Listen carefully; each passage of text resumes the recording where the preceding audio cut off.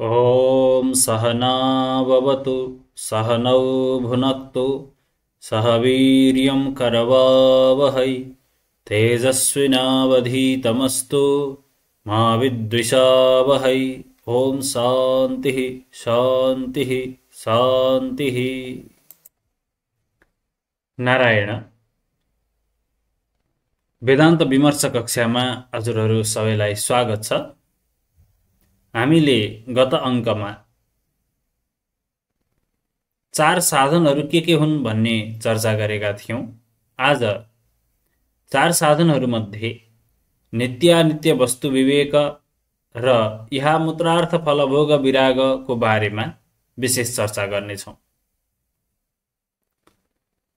चार साधनहरू छन्, तीमध्ये पहिलो नित्यानित्य वस्तु विवेक हो भनेपछि स्वाभाविक रूपमा प्रश्न आउँछ कि नित्यानित्य वस्तु विवेक कह? नित्यानित्य वस्तु विवेक भनेको के हो?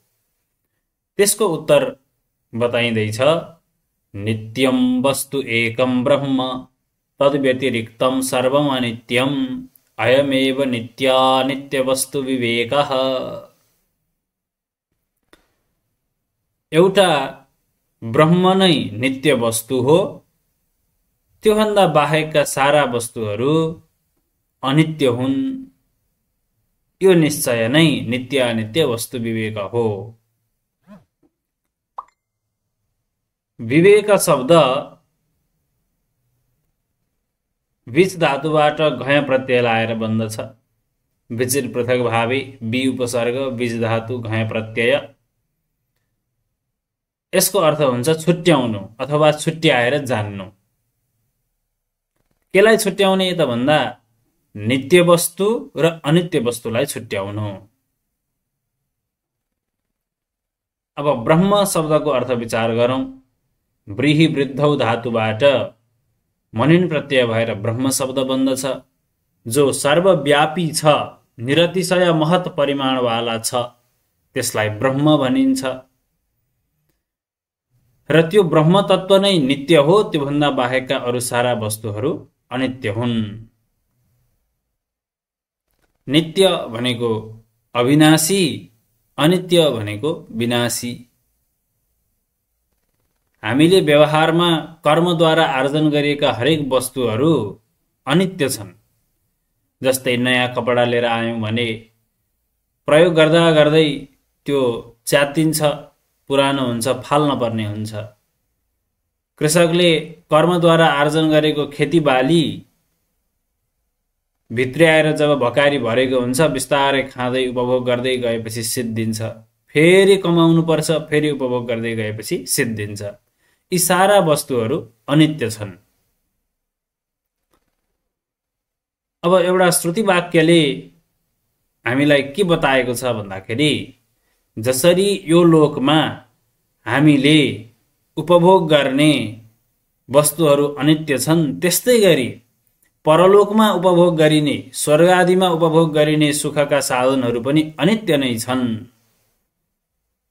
तद्यथेह कर्मजितो लोकः क्षीयत एवमेवामुत्र पुण्यजितो लोकः क्षीयते। छान्दोग्योपनिषद।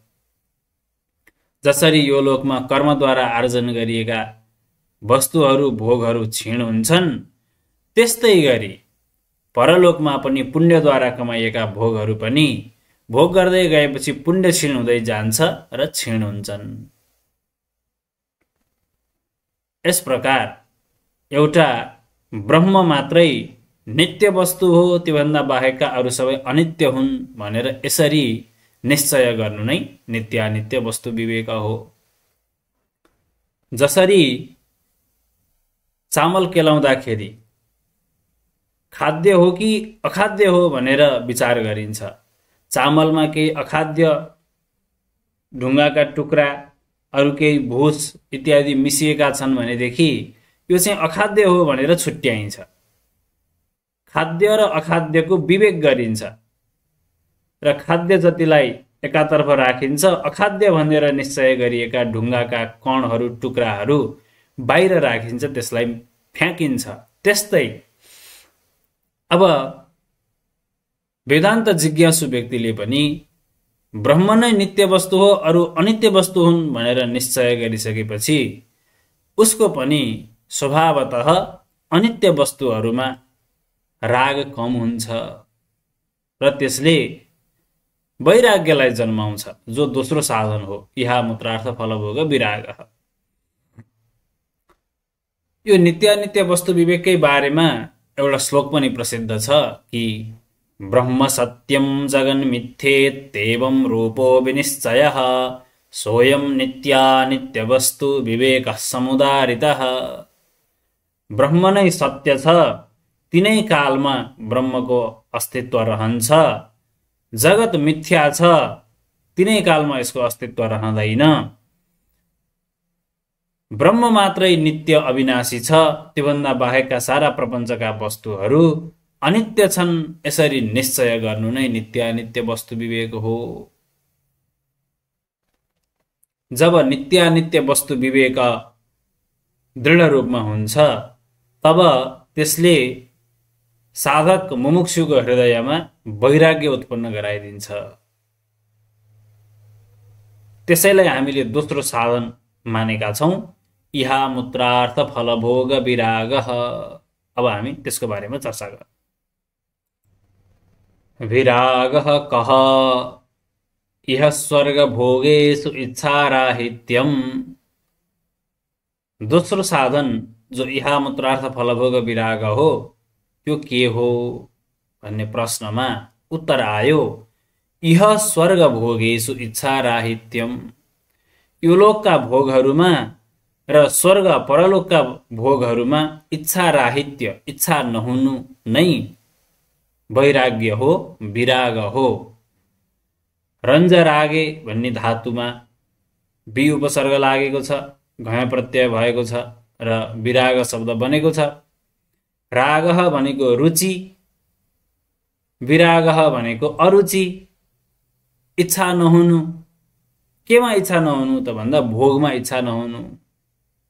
कस्ता कस्ता भोग भन्दा यो लोकमा प्राप्त हुने भोगहरू त्यति मात्रै नभएर पुण्यद्वारा आर्जन गर्न सकिने परलोकका स्वर्ग आदिका सुख भोगहरूमा पनि इच्छा नहुनु, यो नै वैराग्य हो। यो कसरी सम्भव छ त भन्दा जब नित्यानित्य वस्तु विवेक दृढ हुन्छ तब यी सारा भोगहरू अनित्य हुन् भन्ने बुझिसकेपछि यिनीहरूले मलाई चाहिएको जस्तो अविनाशी सुख दिन सक्दैनन्। जो विषयहरू आफै विनाशी छन् उनीहरूले मलाई अविनाशी सुख दिन सक्दैनन्, मलाई त अविनाशी सुख मोक्ष चाहिएको हो भन्ने साधकको हृदयमा वैराग्य उत्पन्न हुन्छ। यसैलाई दोस्रो साधनको रूपमा तत्त्वबोधमा बताइएको छ। यो अङ्कलाई यही पूर्णता दिन्छौं। हरि ओम तत्सत्।